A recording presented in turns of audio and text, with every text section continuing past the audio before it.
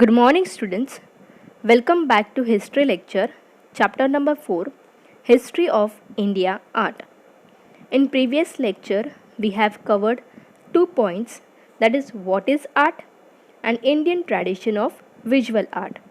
Now, today we are going to learn the third point, Indian tradition of performing arts. In that, we have seen the introduction. Now, we will start with the tradition of classical performing arts. In previous lecture we have studied about tradition of performing folk arts, and today we are going to learn about tradition of classical performing arts. India has a rich heritage of classical performing arts too. So India also have the heritage of classical performing art. Very rich heritage we are having of classical arts. The text of Natya Shastra written by Bharat Muni is supposed to be the earliest one discussing music and theatre. So this Natya Shastra text or a book written by Bharat Muni, it's supposed to be the earliest one or the first one which discuss about the music and the theatre.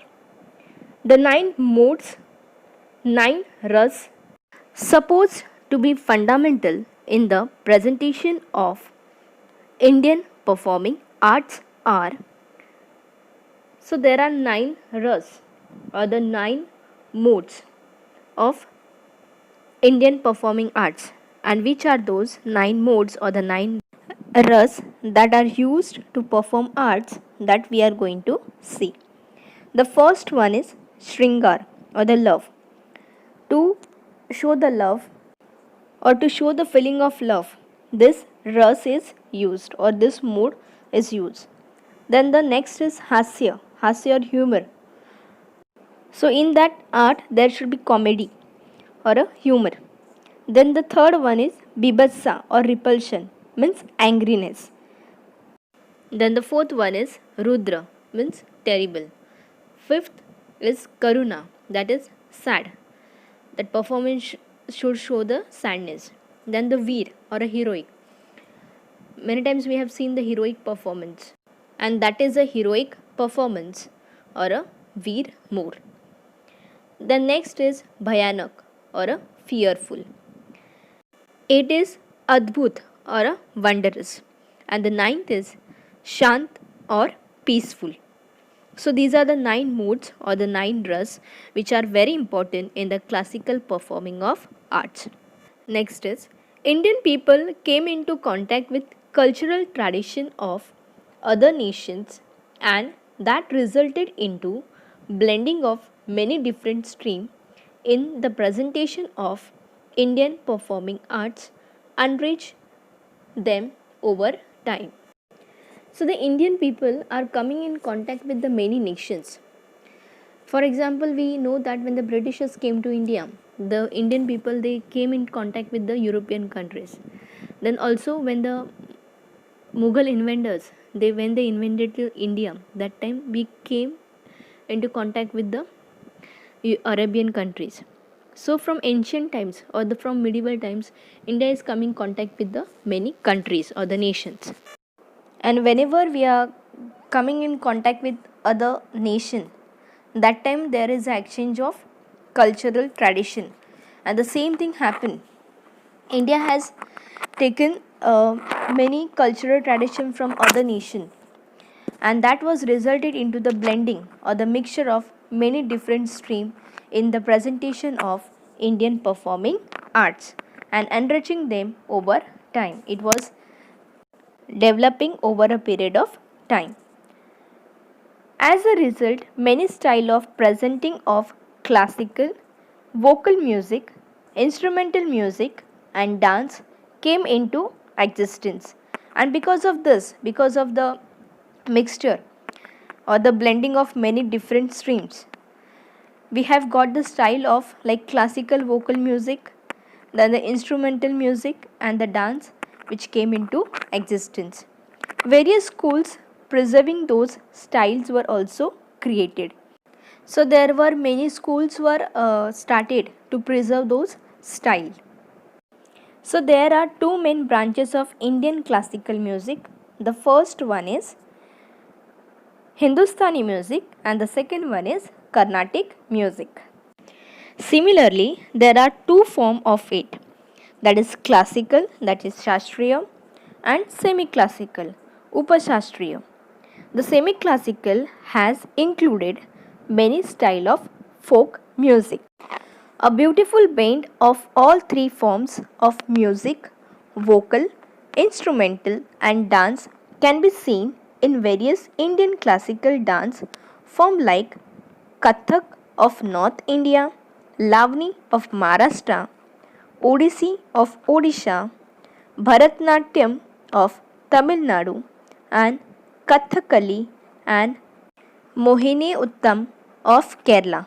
So these are the dance form where we can see the beautiful blend or the mixture of all the three forms, that is music, vocal means the singing, instrumental and dance. So we will see the blend of the music also. Different instruments were used to perform that song and the dance were also performed. So these are the three forms which we can see in that classical dance form like Kathak of North India, Lavani of Maharashtra, Odissi of Odisha, Bharatnatyam of Tamil Nadu and Kathakali and Mohinittam of Kerala. So these are the beautiful blend of all three forms of music, vocal, instrumental and dance which we can see in Indian classical style of dance. In India, in the post-independence period, various festivals of music and dance are organized with a view to make it accessible to common people. So in India, the post-independence means after independence period, various festivals of music and the dance were organized in the view to make it accessible. Accessible means it can reach to the common people.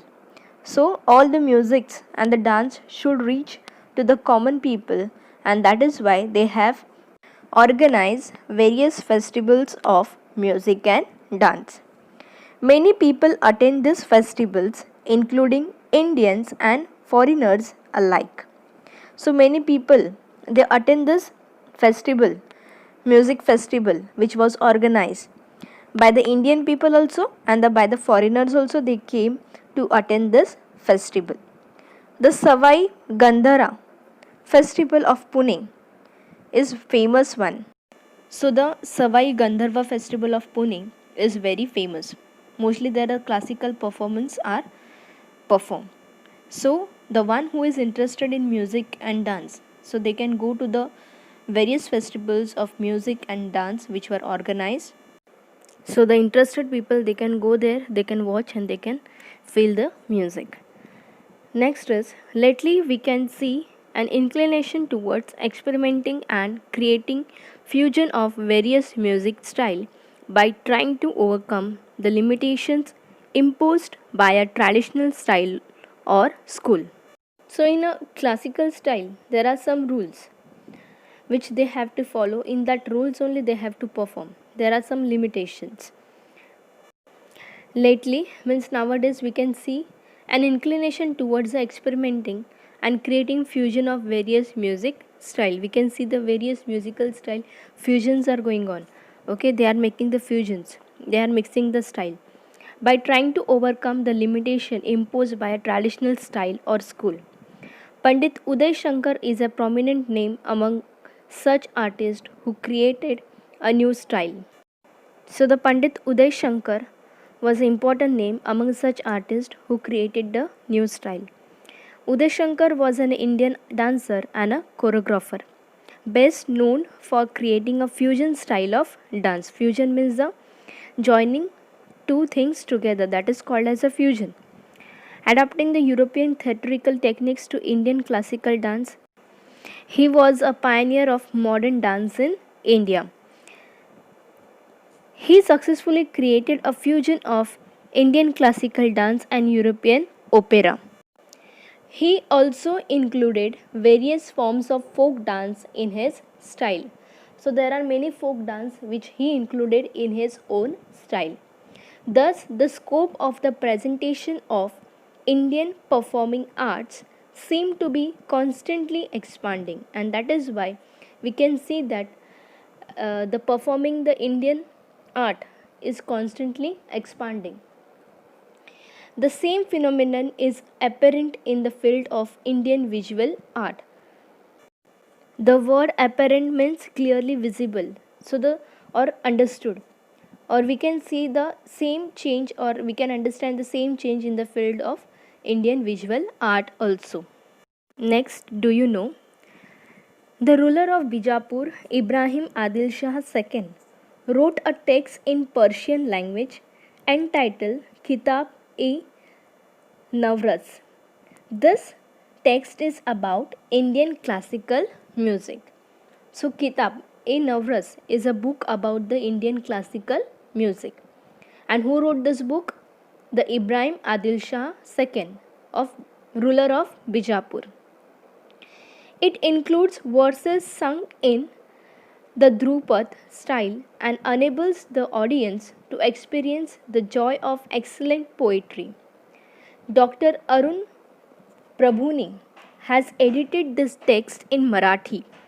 The translation of the words printed on the cover of this text read as follows: O Mother Saraswati, you are the divine light in the world and you are complete with all qualities.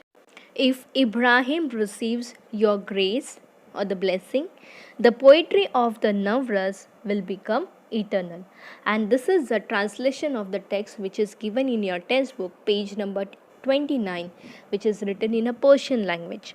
Now we are going to move to the fourth point of this lesson: art, applied art, and the professional opportunities. What are the opportunities we will get, or the job opportunities or the professional opportunities we will get through the art that we are going to see? Arts. Art history is an independent branch of knowledge. Various opportunities of research are available in this field. In that, the first one is art historians can work in the field of journalism. Journalism means one who provide news to the news channels or the newspaper, or one who is doing the writing for the newspaper or the magazine. That person is called as a journalist. Okay, so the art historians, they can work in the field of journalism. So the one who is having the knowledge of history, for example, if any structure is there like Taj Mahal, or any fort of Shivaji Maharaj, etc. If the person is doing the study of art, like the art of sculpture or the art of the monument, then definitely he is going to study about the monuments of India or the sculptures of India, and he will have all the information about that sculpture or the monument, when that monument was built, who built that monument, why he built that monument. So all those information will be available with that person. So that person can provide information to the newspaper or the news channel. So in that field they will get the job opportunities. Second one is art market is an independent field. It calls for special experts to assess the exact value of an art object or to ensure that it is a genuine. An expert with deep understanding of art history is required for this task. See, whenever we are buying any sculpture, statue, or a painting, that time we always see whether that sculpture or the painting or the statue is genuine. Genuine means real. And we will also call special experts, the one who know the exact value of an art object which is real. So that expert can tell us whether that statue, whether that sculpture, or whether that painting is real. If it is real, then he will tell us the exact value of that sculpture or the painting. So an expert with a deep understanding of art history, so one who is having a deep understanding of art history, is required for this task. So as an expert, he has studied all the art history of that particular structure or the statue or the painting. So he only will tell us whether that painting is real or fake, or whether it is a new or the older one, and what is the exact cost of that painting. So these people can also get that job in this field. Third one, heritage management and the cultural tourism are recently developed fields. In these fields, students of art can find many professional opportunities: museums and archives management, library science and information technology, archaeological research, Indology are some important fields in this regard. Heritage management means, for example, Taj Mahal. Taj Mahal is a heritage. Okay, so there are many people, those are doing the study of heritage management. They are studying about the Taj Mahal. They are studying about the monuments. They are studying about the heritage structures. So they provide us the exact information who built that structure or who was the ruler during that time. So these people, they are trying to preserve that heritage. They try to provide information to the common people, and they provide the heritage of a country, and that is called as a heritage management. Then Indology means study of Indian history, literature, philosophy and culture. That is called as a Indology. So the person who is going to study the art, they can get the job in the following field. For example, the museum and archive management. The one who is working in museum, that person should know the exact knowledge of that things which are kept in the museum, to whom that thing is belong, or when that thing was used. Like this knowledge that person should know. Archives means the old documents about the who has written that document, what was the important of that document. So all those knowledge that person should know, and that person can work in the museum and archives management. Then the library science, information technology, archaeological research, Indiology are some important field. In this field, those who are going to study the art, they can work over there. Then the next is applied art. The visual and the performing arts are primarily looked upon as the means of entertainment for people. So the visual and the performing arts like dance, drama, okay. So these are the visual and the performing, means there we can see also and the people are performing.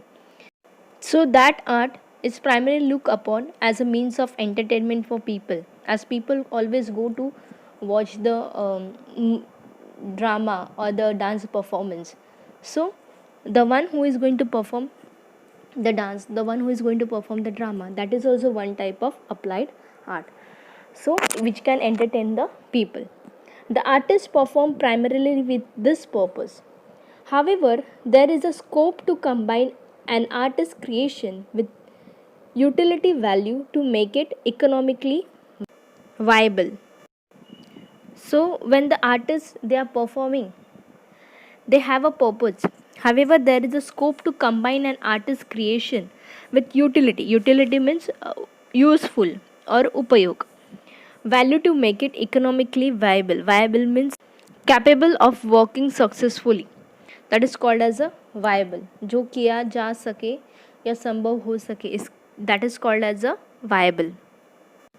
Thus, an artistic creation with a utilitarian purpose is called applied art.